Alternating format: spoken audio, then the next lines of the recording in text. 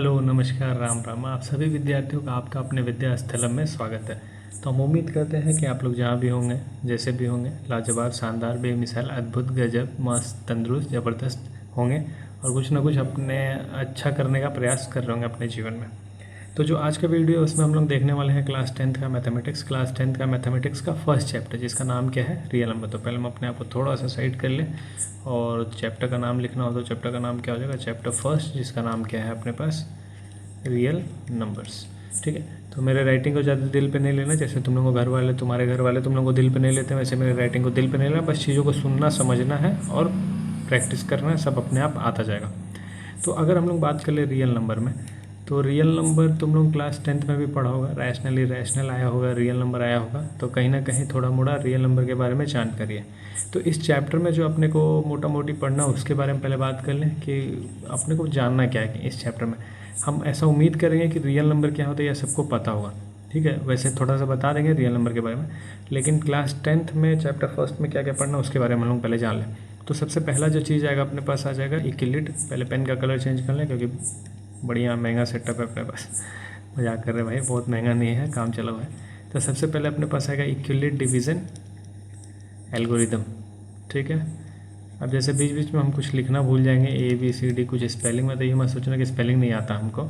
ठीक है, राइटिंग की वजह से वैसा हो जा रहा है। तो सबसे पहला चीज़ हो जाएगा अपने पास इक्विलिड डिवीज़न एल्गोरिदम। उसके बाद जो अपने पास हो जाएगा वो हो जाएगा इक्विलिड डिवीज़न लेमा। तो दूसरा जो चीज़ है वो क्या हो जाएगा, इक्विलिड डिवीज़न लेमा। थोड़ा सा साइड अपने क्या है। तो अभी जो दो चीज़ है उसमें कुछ नया देखने को मिल रहा है, वो नया शब्द, वो नया शब्द मेरे हिसाब से क्या है, एल्गोरिदम, और दूसरा क्या है, लेमा।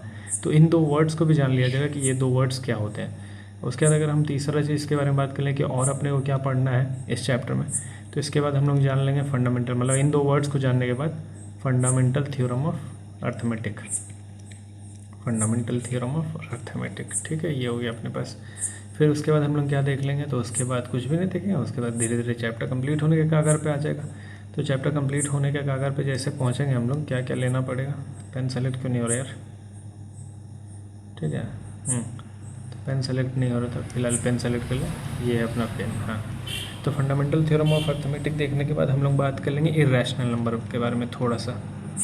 तो यहाँ पे जो इर्रेशनल नंबर होगा उसको प्रूफ किया जाएगा। जैसे क्लास 9th में तुम लोग बस देखा होगा कि रैशनल नंबर क्या होता है, इर्रेशनल नंबर क्या होता है, इसको भी देखा होगा।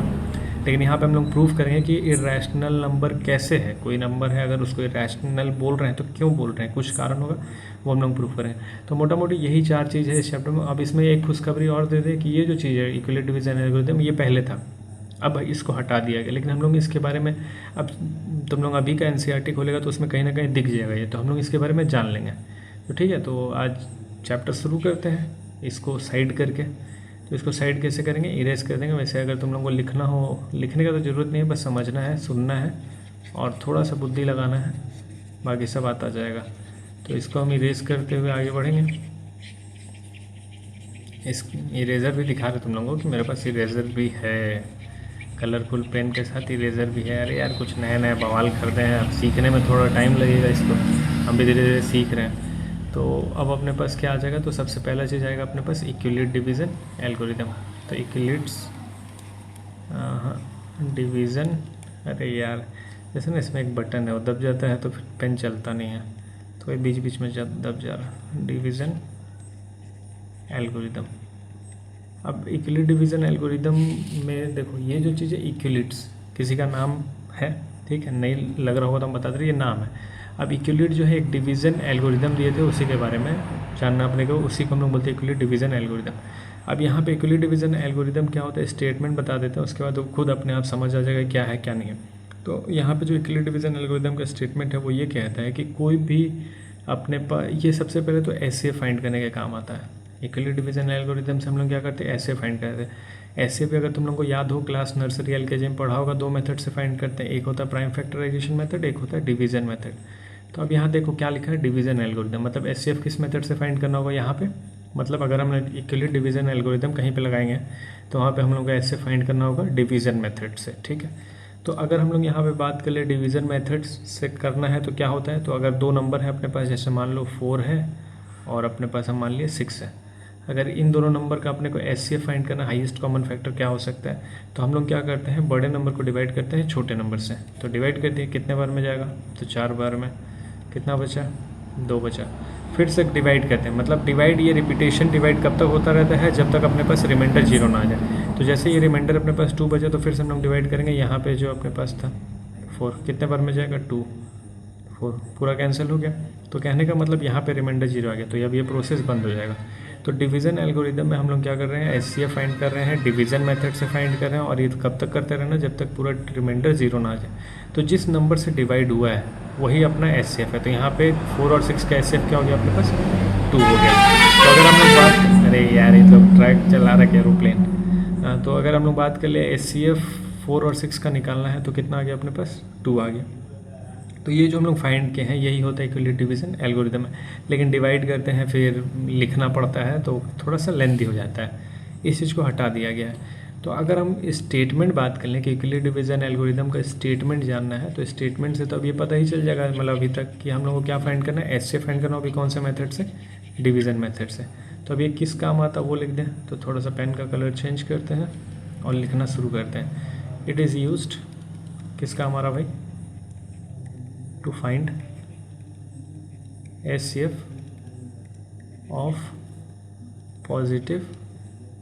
of any positive integer। तो कोई भी पॉजिटिव इंटीजर अपने को दे रखा है, उसका हम लोग क्या फाइंड करते हैं, HCF फाइंड करते हैं। से कहने को क्या मान ले, C एंड D। तो मान ले दो नंबर कौन सा हो गया, C और D, और यहाँ पे क्या होना चाहिए, condition C greater than D, मतलब एक नंबर छोटा एक नंबर बड़ा। जो अभी हम लोग देखे 4 और 6 था, ये दो नंबर हो गया, जिसको C मान लो, इसको D मान लो। अब यहाँ पे एक बड़ा एक छोटा होना चाहिए, तो D ग्रेटर देन C हो गया, मतलब रिलेशन यही होना चाहिए। तो क्या बात हो गया, it is use to find HCF of positive integer से C and D where C greater than D। यहाँ पे हम ऐसा कंडीशन मान ले। तो यहाँ पे क्या हो गया, C बड़ा हो गया D से। तो ये जो प्रोसेस है, और ये हम किसका यूज़ करके करते हैं, by using equilibrium division lemma. तो अगर हमको एल्गोरिदम परफॉर्म करना, तो हम किसका इस्तेमाल करेंगे, लेमा का। तो अब ये दोनों वर्ड समझ आना चाहिए कि एल्गोरिदम क्या होता है, लेमा क्या होता है। तो उम्मीद करते हैं इक्विलिब्रियम डिवीज़न एल्गोरिदम समझ आया होगा कि ये क्या काम आता है, ऐसे फाइंड करने का, किसी कोई भी पॉजिटिव इंटीजर अगर दे रखा है और उसमें क्या रिलेशन होना चाहिए, बड़ा छोटा का रिलेशन होना चाहिए। तो ये तो बात हो गया अपने पास एल्गोरिदम का। अब हम लोग बात कर लेते हैं इक्विलिब्रियम डिवीज़न लेमा के बारे में, क्योंकि यहाँ पे हम लोग क्या यूज़ करते हैं, अगर एल्गोरिदम में बात करें तो हम लोग यूज़ करते हैं इक्विलिब्रियम डिवीज़न लेमा को। तो अब लेमा क्या होता है उसके बारे में देख लें। तो अगला हेडिंग हो जाएगा अपने पास इक्विलिब्रियम डिवीज़न लेमा। ठीक है, फिर से पेन का कलर चेंज, ये था ना, तो इक्विलिब्रियम डिवीज़न लेमा। अब यहाँ पे हम लोग बात कर ले लेमा के बारे में। तो लेमा में हम लोग क्या कर रहे थे, डिवाइड करते हैं। अगर तुम लोग को याद हो, अभी हम जो बात किए एग्जांपल में 4 और 6 था। अब 4 और 6 में क्या था, हम लोग डिवाइड कर रहे थे 4 से किसको, 6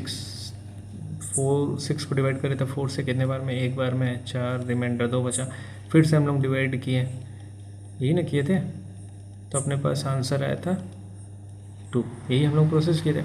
तो ये जो प्रोसेस है, ये वाला, ये जो प्रोसेस है, इसको हम लोग बोलते हैं लेमा।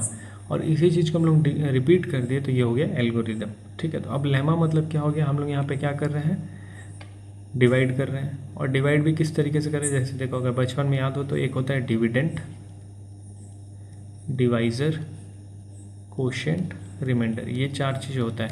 और इसके बीच का एक रिलेशन होता है, dividend is equals to divisor into quotient plus remainder, अपने आप को साइड करो, प्लस रिमाइंडर, ये एक रिलेशन होता है। तो ये जो भी हम लिखे हैं 4, 6, 1 और ये 2, तो इसका अगर हमको लिखना है तो डिविडेंड यहाँ पे क्या हो जाएगा, 6। जो डिवाइड हो रहा है उसको हम लोग बोलते हैं डिविडेंड। ठीक है, पेन कलर से, जो डिवाइड हो रहा है उसको हम लोग बोलते हैं 6। डिवाइज़र, जिससे डिवाइड कर रहे हैं हम लोग, तो डिवाइज़र किससे कर रहे हैं डिवाइड, 4 से कर रहे हैं, तो डिवाइज़र हो गया 4। कोशेंट, कितने बार में डिवाइड हो रहा है, तो कितने बार में डिवाइड हुआ, 1 बार में हुआ है, तो कोशेंट हो गया 1। फिर हम लोग बात कर ले रिमाइंडर। रिमाइंडर कितना हो जाएगा अपने पास, तो रिमाइंडर हो जाएगा, यहाँ पे कितना बचा था, 2, तो रिमाइंडर हो जाएगा 2। अब इसको देखो इस इक्वेशन में रखें, तो डिविडेंड है 6, डिवाइज़र है 4, कोशेंट है 1, रिमाइंडर है अपने पास 2। इसको भी सॉल्व करेंगे तो 6, मतलब LHS RHS दोनों पास इक्वल आ गया। तो यही रिलेशन यहाँ पे हम लोग को मिलता है इक्विलिब्रियम डिवीज़न लेमा में।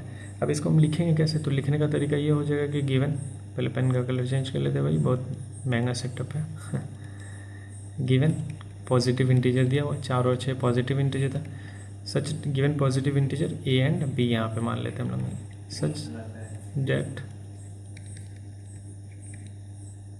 ए ग्रेटर देन बी, यहाँ पे वो रिलेशन मान लिया। तो देयर एग्जिस्ट, तो यहाँ पे एक कुछ नया रिलेशन है, there exist a unique integer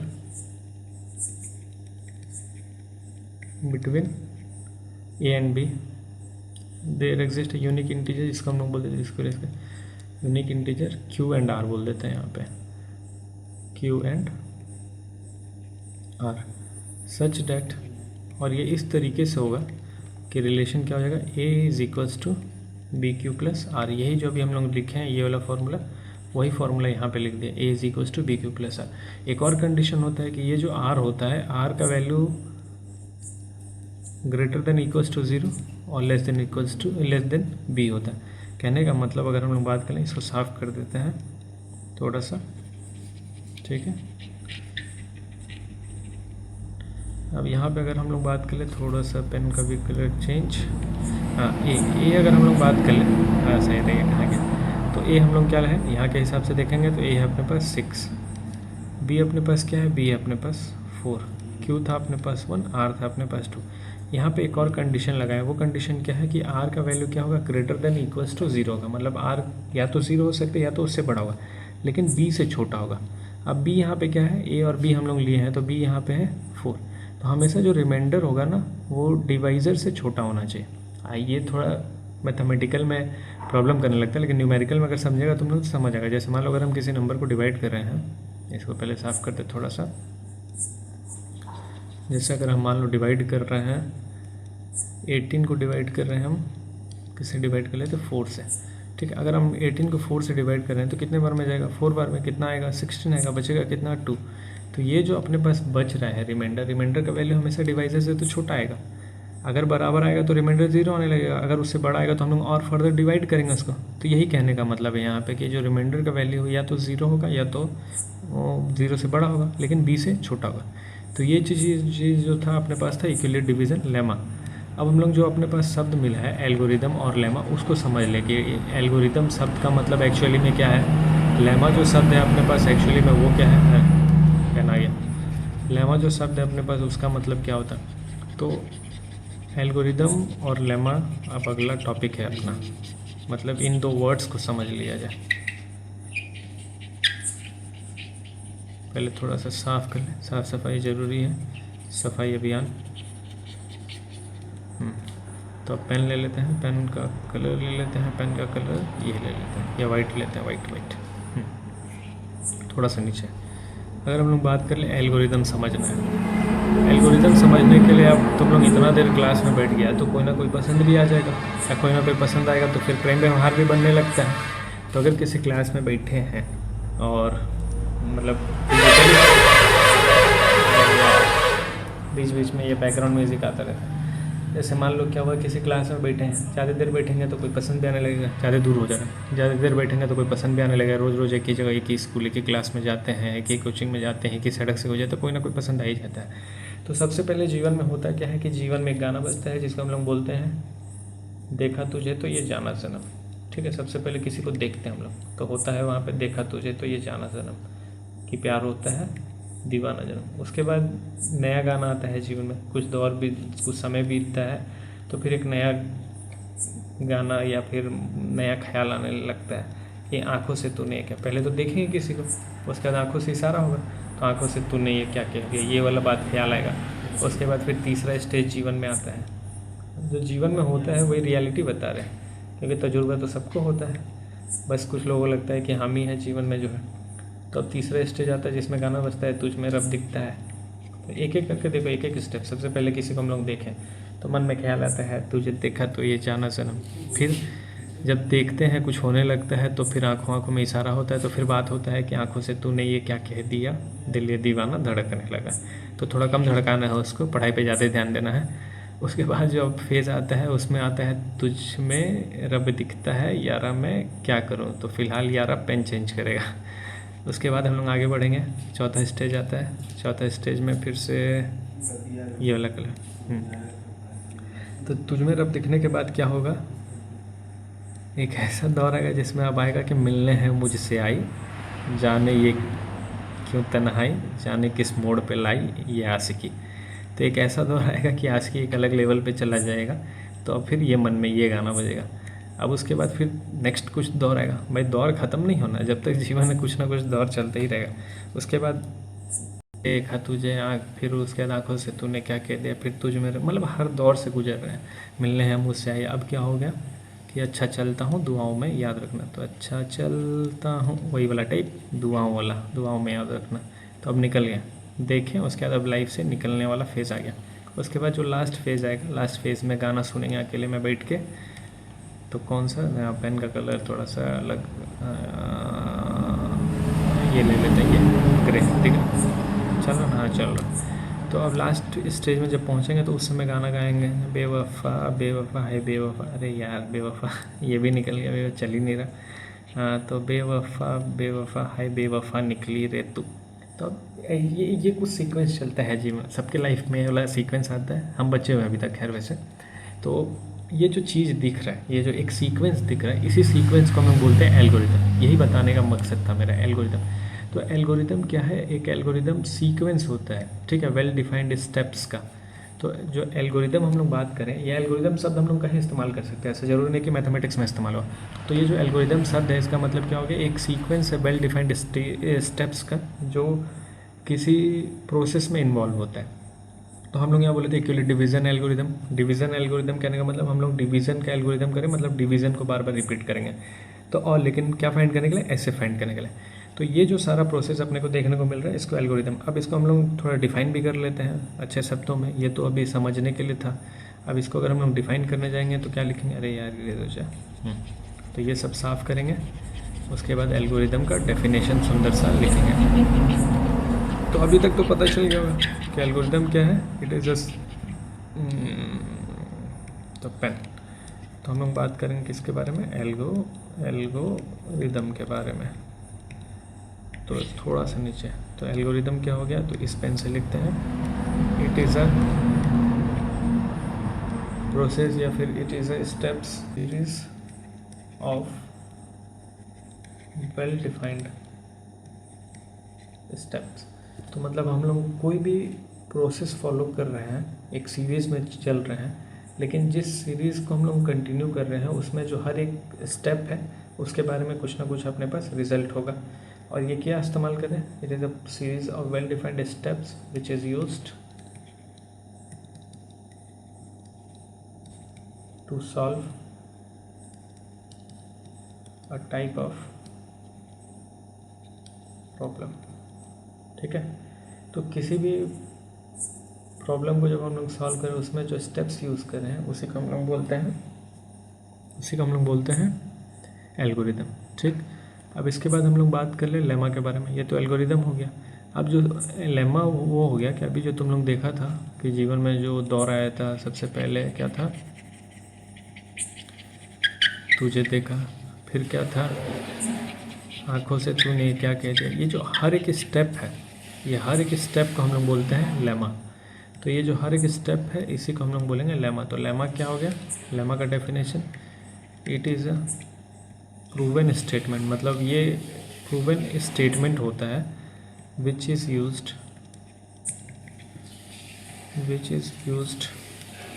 to prove another statement. अब इतना सारा लंबा चौड़ा हम कहानी बता दिए हैं जीवन के गाथा के बारे में, कैसे, कहीं ना कहीं कुछ ना कुछ एक्सपीरियंस होगा, किसी का एक्सपीरियंस हम लिए होंगे तभी तो तुम लोग को बता दिए। तो जो ऑलरेडी प्रूवन स्टेटमेंट है उसका अगर इस्तेमाल करके हम किसी और चीज़ को प्रूव करेंगे तो उसी चीज़ को हम बोलते हैं लेमा। तो उम्मीद करते हैं कि एल्गोरिदम भी क्लियर हो गया होगा और लेमा भी क्लियर हो गया होगा। अब हम लोग बात कर लें अगला चीज़ इसमें, जिसका हम लोग कहते हैं फंडामेंटल थ्योरम ऑफ अर्थमेटिक। तो अगला जो चीज़ होगा इसमें वो होगा फंडामेंटल थ्योरम ऑफ अर्थमेटिक। तो फिर से इसको साइड कर दें, ठीक है, ये हो गया कहानी ख़त्म इसका। पेन का कलर वाइट। तो क्या है फंडामेंटल, तो फंडामेंटल मतलब होता है basic, fundamental theorem of arithmetic, ठीक। अब इसमें हम लोग क्या बात करेंगे, फंडामेंटल थ्योरम ऑफ अर्थमेटिक में अगर हम लोग बात करेंगे तो क्या क्या लिख सकते हैं, मतलब क्या क्या जान सकते हैं, क्या क्या समझ सकते हैं।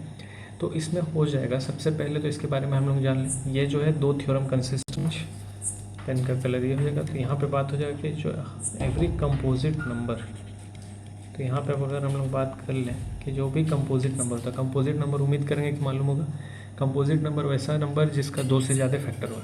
तो every composite number is a, या फिर can be written, every composite number can be written in the unique form या इन द प्रोडक्ट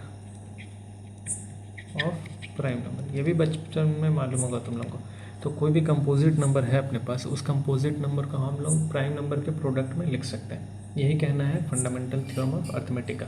इसका अगर एक एग्जांपल समझा जाए, जिससे कहने का मान लो अपने पास 12 है, 12 एक नंबर, इस 12 एक कंपोजिट नंबर है। इस 12 को अगर हम लोग को लिखना है प्रोडक्ट ऑफ प्राइम में, तो क्या क्या लिखेंगे, तो 2 इंटू 3 इंटू 2 लिख सकते हैं, 2 का स्क्वायर इंटू 3 लिख सकते हैं। तो ये जो चीज़ लिखे हैं यही है अपने पास फंडामेंटल थ्योरम ऑफ अर्थमेटिक। लेकिन ये आया कहाँ से, तो 12 का प्राइम फैक्टराइजेशन कर लें हम लोग।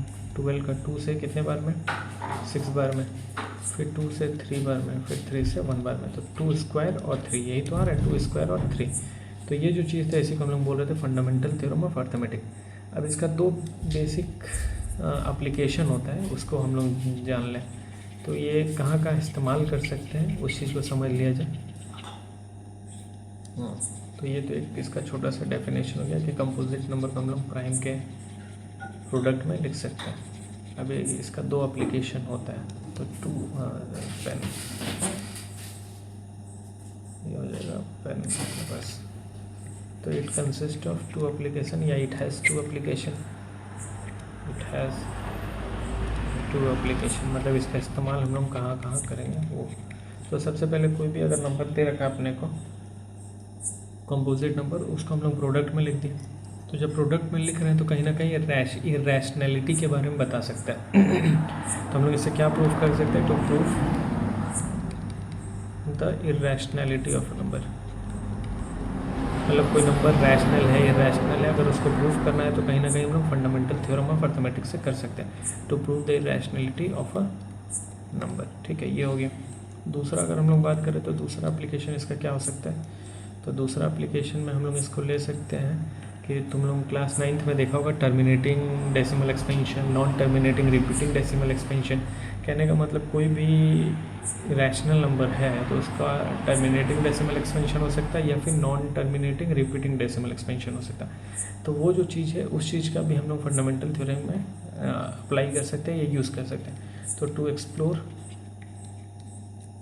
क्या चीज़, टू एक्सप्लोर द टर्मिनेटिंग, या फिर टू ऐसा बात कर ले तो इसको डेसिमल एक्सपेंशन बोल सकते हैं। To explore the decimal expansion of a rational number. अब रैशनल नंबर क्या होता है, अब थोड़ा सा रैशनल नंबर के बारे में जान लें। कोई भी नंबर जिसको हम लोग P/Q के फॉर्म में लिख दें और Q नॉट इक्वल्स टू 0, उसको हम लोग बोलते हैं रैशनल नंबर। तो मतलब कोई भी नंबर जिसका डिनोमिनेटर 0 ना हो और उसको न्यूमरेटर अपॉन डिनोमिनेटर के फॉर्म में लिखा जा सकता है, तो उसको हम लोग बोलते हैं रैशनल नंबर। तो बहुत डेप्थ में नहीं जाना, बेसिक जो नॉलेज होना चाहिए उसके बारे में हम लोग बता दिए, ठीक है। तो ये हो गया फंडामेंटल थ्योरम ऑफ अर्थमेटिक। तो फिलहाल यहाँ पे जो है सारा थ्योरी वाला पार्ट कंप्लीट होता है इस चैप्टर का।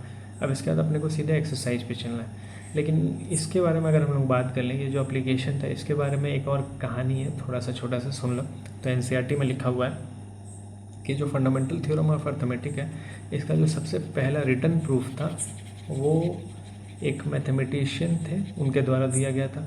तो उस मैथमेटिशियन का नाम है गॉस, कार्ल फ्रेडरिक गॉस नाम है। तो गॉस एक मैथमेटिशियन थे, इनको प्रिंस ऑफ मैथमेटिशियन भी कहा जाता था। तो ये अपने एक बुक था उनका फंडामेंटल अर्थमेटिक, क्या एक बार देख लेना NCERT तुम लोग भी पलटो पता चल जाएगा।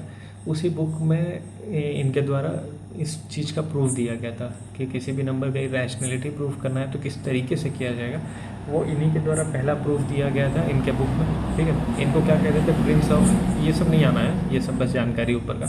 इनको प्रिंस ऑफ मैथमेटिशियन कहा जाता था और one of the greatest mathematician कहा जाता था of all time, along with, मतलब इनके साथ और 2 लोग थे ग्रेटेस्ट मैथमेटिशियन में। तो नाम सुन लो, नाम कौन कौन था।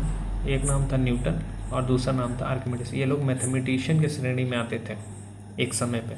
लेकिन अगर तुम लोग फिजिक्स पढ़ेगा ना क्लास 11-12 में, तो इन लोग का नाम बहुत आएगा। तो ये लोग कहीं ना कहीं फिजिक्स में भी बहुत अपना योगदान दिया और मैथ्स में भी योगदान दिया। ऐसी थोड़ी इनको प्रिंस ऑफ मैथमेटिशियन कह दिया गया, ठीक है। और इन तीनों को mathematician of greatest mathematician of all time कहा गया था एक समय में। तो इन लोगों का कुछ योगदान था। फिलहाल तो फंडामेंटल थ्योरम ऑफ अर्थमेटिक में गॉस का योगदान था। तो ये बेसिक हो गया सारा कहानी, सारा थ्योरेटिकल पार्ट हो गया।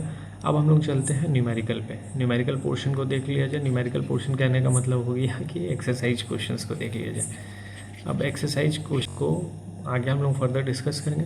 तो फिलहाल यहीं बंद करते हैं, नहीं तो काफ़ी लंबा हो जाएगा, तो ना किसी को देखना है ना कुछ समझ आएगा और हैंग भी करने लगेगा, ठीक है। तो फिलहाल हम लोग यहीं पे बंद करते हैं, फिर बाकी हम लोग नेक्स्ट वीडियो में देखेंगे। तब तक के लिए अपना ध्यान रखना है और कोशिश करते रहना है सॉल्व करने का, ठीक है। तो थैंक यू और राम राम। मिलते हैं फिर नेक्स्ट वीडियो में हम लोग।